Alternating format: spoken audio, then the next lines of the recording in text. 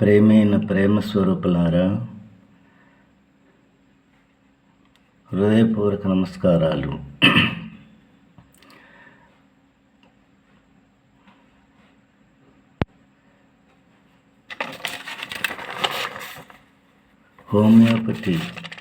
Homeopathy పితామహుడైన doctor Hahnemann గారికి హృదయపూర్వక పాదాభివందనాలు. మీ వ్యాధికి మీరే వైద్యులు కావాలని కోరుకుంటూ, నేను హోమియోపతిలో మీకు ఒక చక్కటి విలువైన ఔషధాన్ని నా అనుభవంలో జరిగినవి చెప్పాలని సంకల్పించుకున్నాను. ఇది 10 మందికి ఉపయోగపడాలి. మీతో పాటు మీ తోటి వారికి కూడా ఉపయోగపడుతుందని ఆశిస్తూ, నేను హోమియోపతిలో పలస్టిల్లా అనే ఒక విలువైన మందును మీకు చెప్పాలని, మీతో చెప్పుకోవాలని, మీరు కూడా ఆ మందును మీకు కానీ మీలో ఎవరికైనా ఇలాంటి సిమ్టమ్స్ కానీ ఇలాంటి మొరాలిటీస్ ఇవన్నీ మీకు తెలియజేస్తున్నాను. మీరు బాగా పరిశోధించి మీ మీద ప్రయోగించండి. చాలా ముఖ్యమైన మందు ఇది, చాలా విలువైన మందు. ఈ మందు టైఫాయిడ్ రోగుల్లో నేను చాలామందికి ఇవ్వడం జరిగింది. ఇచ్చిన తర్వాత వారం లేదా 10 రోజుల్లో టైఫాయిడ్ అనేది సామాన్యంగా తగ్గదు. కానీ నేను చెప్పే సిమ్టమ్స్, మొరాలిటీసు, ఉపశమనాలు, ఉద్రేకాలు ఇవన్నీ మీకెవరికైనా ఉంటే దీన్ని ఉపయోగించుకోవాలి. మీరు తొందరగా 1 రోజు లేదా 2 రోజుల్లో ఆ టైఫాయిడ్ అనే బాధ నుంచి విముక్తులు కావాలని కోరుకుంటూ, ఇప్పుడు పలస్టిల్లా గురించి చెబుతున్నాను, వినండి. ఇది ఒక చెట్టు నుంచి తయారు చేసిన మందు. వీళ్ళు వెచ్చదనాన్ని భరించలేరు. ఆరుబయట గాలి చల్లగా ఉంటే వీళ్లకు ఏ వ్యాధి అయినా ఉపశమనంగా ఉంటుంది.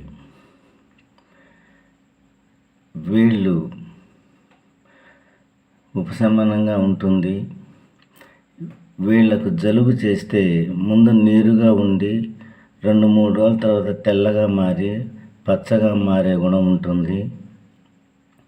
వీళ్లకు దాహం ఉంటుంది కానీ దాహం ఉంటుంది కానీ తాగడానికి వీలు పడదు, తాగాలనిపించదు. అప్పుడు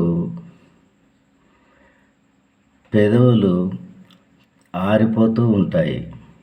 వాళ్ళు పెదవులు మాటికి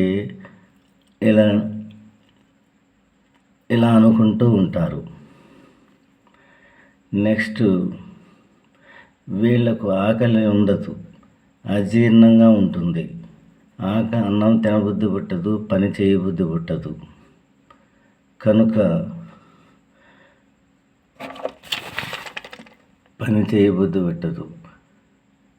వేడిని భరించలేరు. వీళ్ళకు వచ్చే వ్యాధి ముందు జ్వరంగా ఉంటుంది. అంగళ్ళలో అక్కడ ఇక్కడ ఆ మందులు ఈ మందులు తింటారు. అవి తిన్న కొద్దిసేపు తగ్గి మళ్ళీ వస్తూ ఉంటే 2 రోజుల్లో అల్లోపతి మందులు వేసుకొని తగ్గిపోతే అది మామూలు జ్వరంగా మీరు పరిగణించాలి. 2 రోజులు వస్తూ పోతూ 4 రోజులు అయ్యిందంటే అది టైఫాయిడ్ కిందకే లెక్క.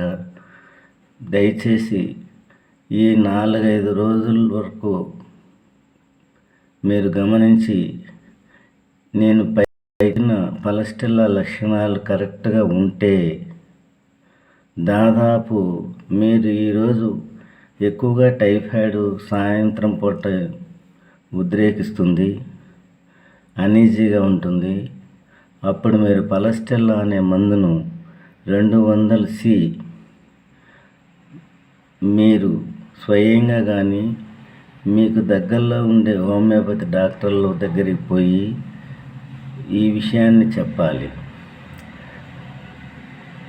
ఆ 200C అనేది సాయంత్రం మూతలో వేసుకొని మందు తగలకుండా ఒక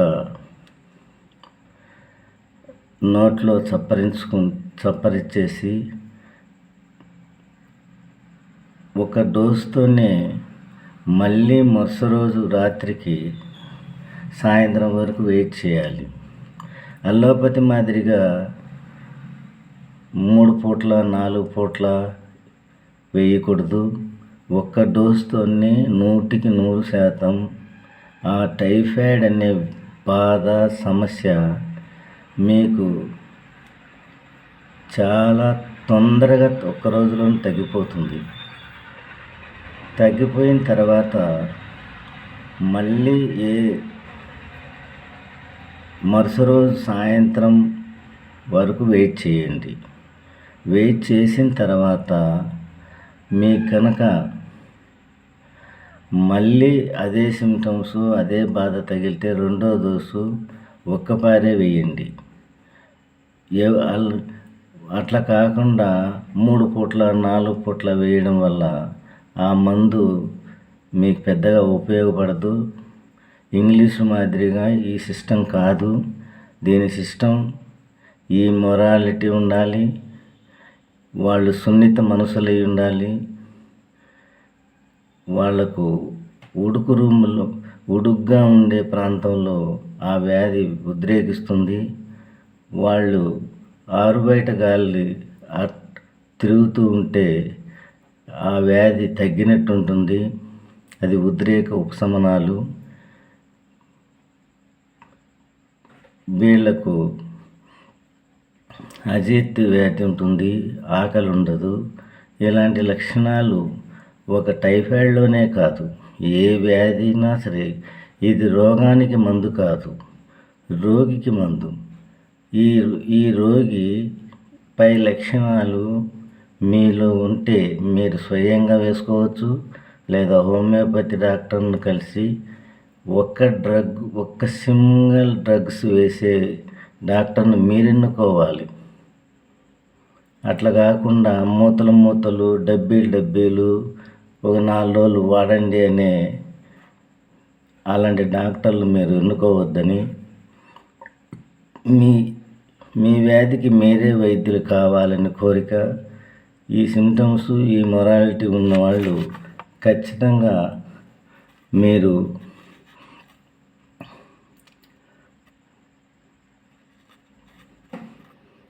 వీళ్ళ నాలుక గోధుమ రంగులో ఉంటుంది, వాసన ఉండదు, వాసన తెలియదు. ఇలాంటి ఇబ్బందులు ఉంటాయి. రాత్రిపూట నిద్ర పట్టదు, సరిగా అన్నం తినరు. కానీ ఇవన్నీ పలస్టెల్లా వేసుకున్న ఒక్క రోజులోనే మీకు దాదాపు 90% ఆ బాధల నుంచి బయటపడతారు. ఇలాంటి డ్రగ్గును మీకు ఎందుకు తెలియజేస్తున్నానంటే, మీ వ్యాధికి మీరే వైద్యులు కావాలి. ఇది నా అనుభవంలోటివి. మరొక మాట చెప్తున్నాను. పలస్టెల్లా 200C వేసుకున్న తర్వాత కాలిమోర్ ఎక్స్ అనే మందును మీరు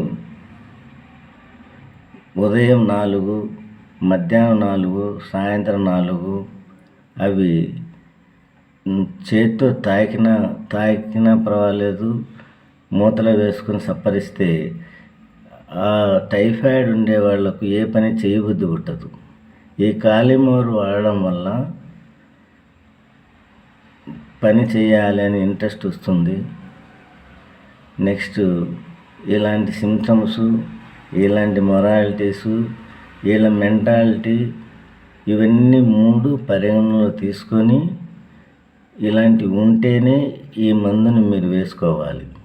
అంతేగాని మీ ఇంట్లో గోద్రేజ్ తాళం ఉంటుంది, 7 lakh అనే తాళం ఉంటుంది, వాటి చెవులు వేరుగా ఉంటాయి. మీరు గోద్రేజ్ తాళాన్ని చెవును 7 లెక్క పెడితే రాదు కదా. అట్లనే మీ ఈ రోగానికి మందు అల్లోపతి, రోగికి మందు హోమియోపతి. హోమియోపతి అనుభవం ఉన్నవాళ్ళు, హోమియోపతి ప్రియులు, హోమియోపతి మీద నమ్మకం ఉన్నవాళ్ళు ఖచ్చితంగా నేను చెప్పే ఈ యొక్క అమూల్యమైన విషయాన్ని మీరు గ్రహించగలరు.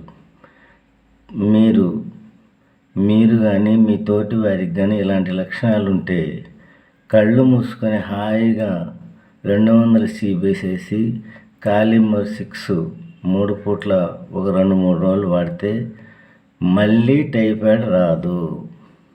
మీకు టైఫాయిడ్ ఉండేవాళ్ళు తెలుసు కదా. ఒకసారి వచ్చిందంటే ఇంగ్లీష్ వైద్యంలో ఒక 4-5 రోజులు యాంటీబయాటిక్ పెట్టి తాత్కాలికంగా తగ్గిస్తారు, కానీ శాశ్వత పరిష్కారం దాంట్లో లేదు. ఆనిమాని కూడా ఇంగ్లీష్ డాక్టరే కాబట్టి ఈ ఇంగ్లీష్ వల్ల మాటిమాటికి వస్తున్నాయి కాబట్టి ప్రజలకు ఆ వ్యాధి పూర్తిగా పోవాలి అనే ఉద్దేశంతో ఆయన ఆ ఇంగ్లీష్ వైద్యాన్ని వదిలేసి స్వయంగా కష్టపడి ఎన్నో రాత్రులు కష్టపడి ఎంతోమంది తన స్నేహితుల మీద ప్రయోగించి మనుషుల మీద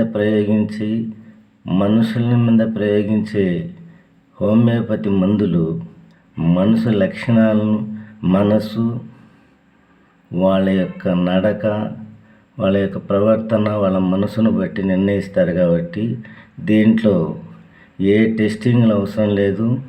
ఇవి మొరాలిటీసు ఇవన్నీ కరెక్ట్ అయితే మనం అన్నట్టు ఈ 2 గోద్రేజ్ 7 lakh అనే తాళాలకు మనం బీగం తీస్తానే వచ్చిందంటే అది కరెక్ట్ అని. అట్లనే పలస్టెల్లా లక్షణాలు ఉన్నవాళ్ళు మాత్రమే పలస్టాల్ను ఉపయోగించాలి.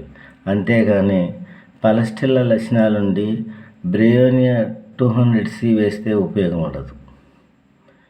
కనుక పలస్టెల్లా లక్షణాలు ఈరోజు చెప్తున్నాను. నెక్స్ట్ బ్రియోనియా చెప్తాను. ఆ బ్రియోనియా లక్షణాలు ఉంటే బ్రియోనియా వేసుకోవాలి. జెల్సీమియం లక్షణాలు ఉంటే జెల్సీమియం వేసుకోవాలి. యాంటీంక్రోడమ్ లక్షణాలు ఉంటే యాంటీంక్రోడమ్ వేసుకోవాలి. అంతేకాని ఇవి 4 కలిసి ఒక మూతలో అవిరోని వేసుకుంటే ఆ జబ్బు తగ్గదు. కాబట్టి ఈ లక్షణాలు మీలో ఉంటే మీరు ఖచ్చితంగా వాడండి. మీకు మీ టైఫాయిడ్ని మీరే పోగొట్టుకోండి. ధన్యవాదాలు.